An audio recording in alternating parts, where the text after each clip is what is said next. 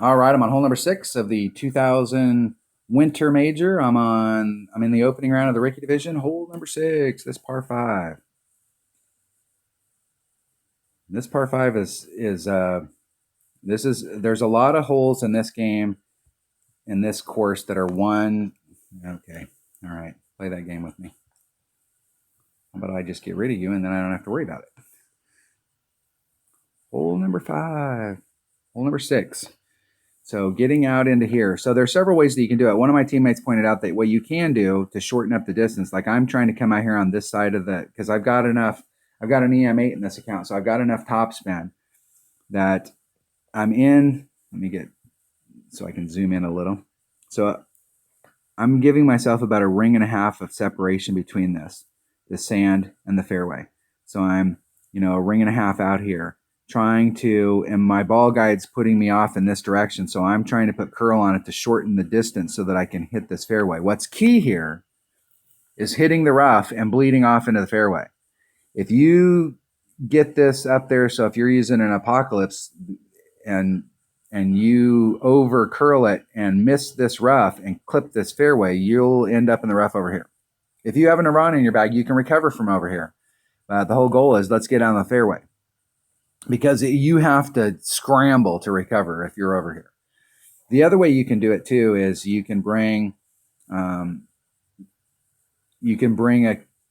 could probably do it if you had an upper developed QB because you got some topspin or a big topper, and you can come over on this side where your red line's here. And I found that if you were using a 3-power ball, you're actually too deep.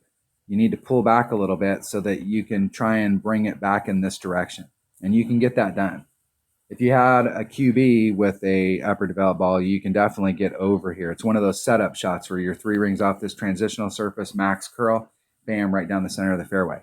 The deal is that you're not going to pick up the distance. Whereas if you do this shot, you're going to end up in this area. And if you do this shot with a QB, you may end up in this area. And while that doesn't look like it's a lot, when you go to get onto the green, it's a lot. So it's the difference between having your red line in your next club be here so that you can engage this fairway, or having your red line be here so that you have to do a rough bump. And in order to get up there, you probably have to bring a big dog, and a big dog doesn't have a very good ball guide. So you can do a rough bump, but you're not sure how much topspin to put on it in order to get it up towards the green, and you'll probably end up just bleeding out here, and then you still got a lot of work to do to get it in the hole. What I want to do is get out into this area so that I can engage up here with my Guardian. My Guardian has the same rod distance as my big dog, and so but it doesn't have a lot of topspin. So if I end up short and I have to do a rough bump, it could hurt me, but I can still get over here. I can get into this area with a Guardian just as easy as anything else, because I'm not looking at a bunch of forward moving distance. It's not like I have to bring a big dog just to get way out there. I want my raw spot to be right there. You can bring a sniper too. If you're in this area, sniper works really good. 3-power ball. Hey. So let's think here. The other way I was going to show you. Here, hold on. Let me get that back on that page. All right, got back on there. What my teammates were talking about was doing, instead of trying to get over here on the edge, being right here in front of the sand, and then trying to bring it here so that you're coming through the narrow part of this rough and ending up out in this area.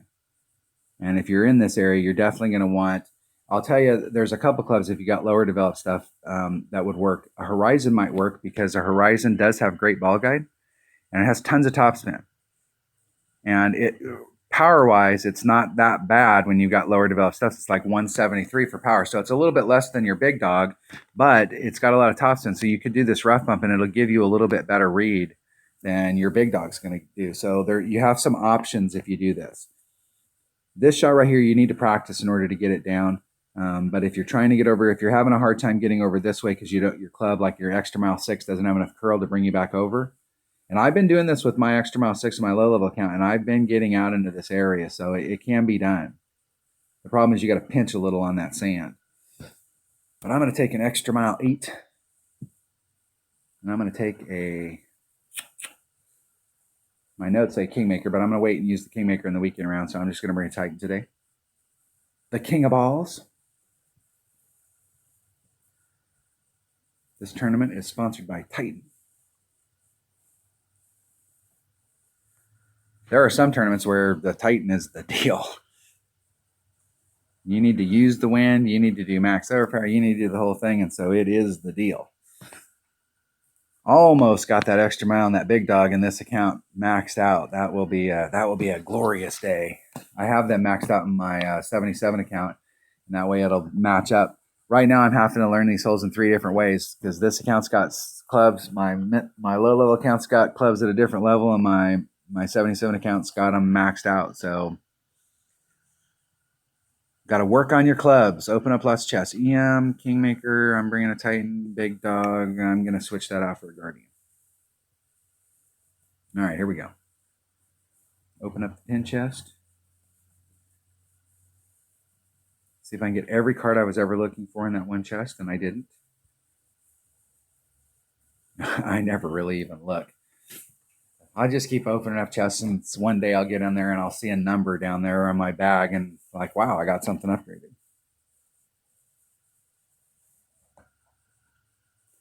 Here we go. Nigel goes first. I always like going first. I prefer to go first.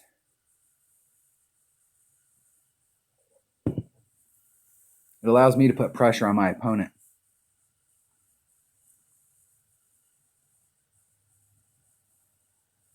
Max OP with the Quasar, so you can get it done with a low-level ball. Let's see if they can get it done with a low-level ball. Probably not with the 2-ring, 3-ring great to the left. It lengthens that fairway out on that side so much that that's no bueno.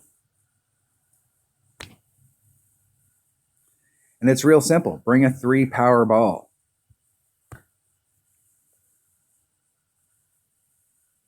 About a ring and a half of distance.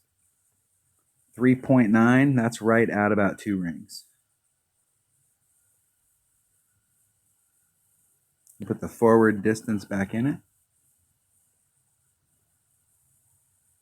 Max curl. Hitting it 1 ring great to the right. And you ask yourself, why does he leave himself a ring and a half of distance? Oh, I'm on the rough on the other side. I am on the rough on the other side. Why did I leave myself a ring and a half of distance? So if I hit a great on the inside, I still have room. If you don't leave yourself that ring and a half of distance, bam, you're in the sand. And I can tell you, I can make it on from there. I can't make it on from the sand. Consistency-wise, if you watch my gameplay, if you've been watching me for a long time, I'm not one of those players that hits perfect all the time, or like I get on runs where like I'm on fire. But overall, being honest with it, I'm not like the greatest player out there as far as hitting that stuff. But I tend to end up where I want a lot because I leave myself enough room to recover. Okay, it's 3-2. So there's 3-2. So 3-2 will get me over to the other side. That's without doing any overpower. I'm going to leave myself a little bit of room. So if I hit a great with this shot to the left or the right, I'm not going to end up in that sand. The wind's going to push me off in that direction anyways. I'm going to put a little teeny bit of curl on it, and I'm going to put as much overpower as I can without making the needle go any faster. Hit it 1 ring great to the left, maybe 2. Just try and get up there as much as I can so that I can recover. I'm not trying to get greedy, not trying to go up there and sink that shot. I made a mistake on the drive, and get back in play, get back on track. What's the minimum score on this hole? The minimum score is eagle. So as long as that ball goes in the hole and I see eagle pop up over the top of it, did I give myself the best look at Albie? Hell no. I didn't even give myself a look at Albie. So get your eagle, go on. I'm not trying to. Would I love to pick up a shot on every single hole in the tournament? You bet. Is that going to happen? No. What do I need to pick up in order to win a tournament? 1, maybe 2 shots in a round. That's the difference between winning and coming in 20th, is those couple shots per side.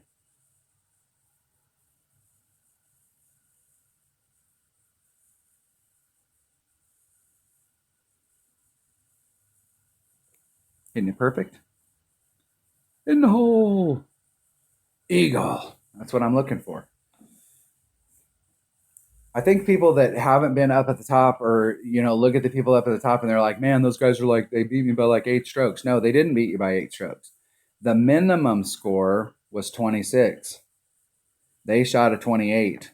You shot a 22. They only beat you by 2 strokes if you'd have shot the minimum score.